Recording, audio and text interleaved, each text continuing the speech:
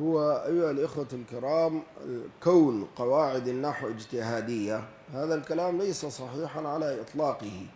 قواعد النحو أخذت باستقراء كلام العرب، باستقراء كلام العرب.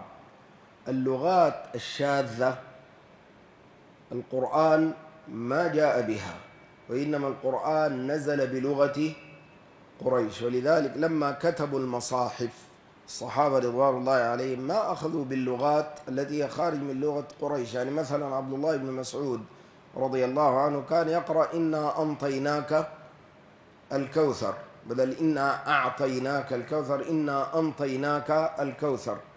وفي بعض لغات العرب الشجرة يقال لها الشيرة، شيرة، مثل ما نحن نقول في لسان الشجرة.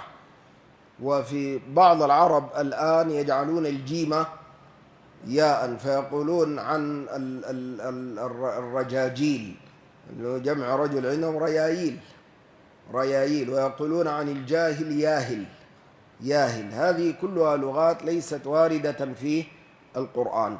فالقواعد التي قعدها علماء النحو أخذوها بالاستقراء من القرآن الكريم، بالاستقراء مما تكلمت به العرب، على خلاف بين النحاة هل السنة يستشهد بها أو لا يستشهد بها. لماذا؟ لأن السنة أحيانا تروى بالمعنى، وإلا لو جزمنا بأن هذا هو لفظ رسول الله صلى الله عليه وسلم كان الاستشهاد به ليس محل خلاف، لأنه أفصح من نطق بالضاد. فقضية أن النحو يعني اجتهادي لا، وإنما النحو استقرائي. يعني لما قال علماء النحو بأن الكلام كلامنا لفظ مفيد كاستقم واسم وفعل ثم حرف الكلم، لما قسموا الكلام إلى اسم وفعل وحرف، من أين عرفوا ذلك؟ من استقراء كلام العرب بأنه لا يخرج عن هذه الثلاثة. فلذلك أيها الإخوة الكرام، ويعلم هذا أيضا من سبب وضع هذا العلم. يعني قالوا سبب وضعه بأن عمر بن الخطاب رحمه الله ورضي عنه سمع يعني بعض حفيداته تقول ما أجمل السماء، ما أجمل السماء. فعمر رضي الله عنه أزعجه يعني هذا اللحن، لأنه واضح بأنه سؤال، وهي ما قصدت السؤال وإنما قصدت التعجب، ومقتضى الكلام أن تقول ما أجمل السماء. وقيل بأن سبب وضع علم النحو بأن عليا سمع قارئا يقرأ واعلم أن الله بريء من المشركين ورسوله، وهو لحن فاحش، لأن معناه بأن الله بريء من رسوله عليه الصلاة والسلام، وهي بإجماع القراء واعلموا أن الله بريء من المشركين ورسوله، أي ورسوله عليه الصلاة والسلام بريء من المشركين. فلفظة رسوله معطوفة على المحل من يعني أن ومعمولها.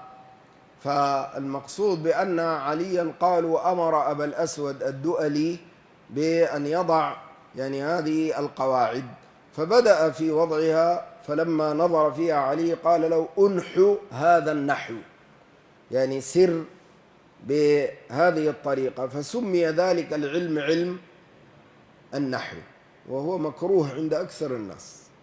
يعني كثير من الناس ما يحبوا، مجرد أن تقول بأن هذه مبتدأ وهذه كذا فإنهم يصمون آذانهم أو يعني تسرح أذهانهم.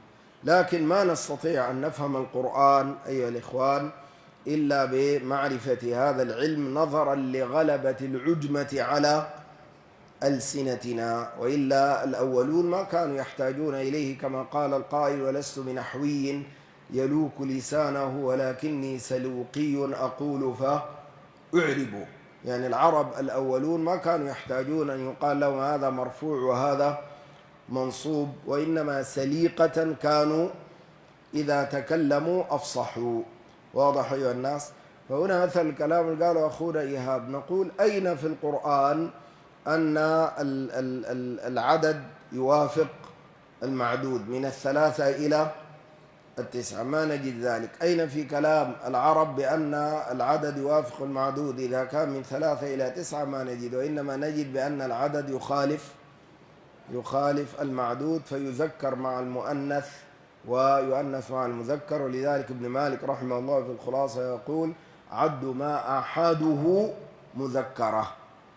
فدائما العدد من 3 إلى 9 يخالف المعدود. أسأل الله أن ينفعني وإياكم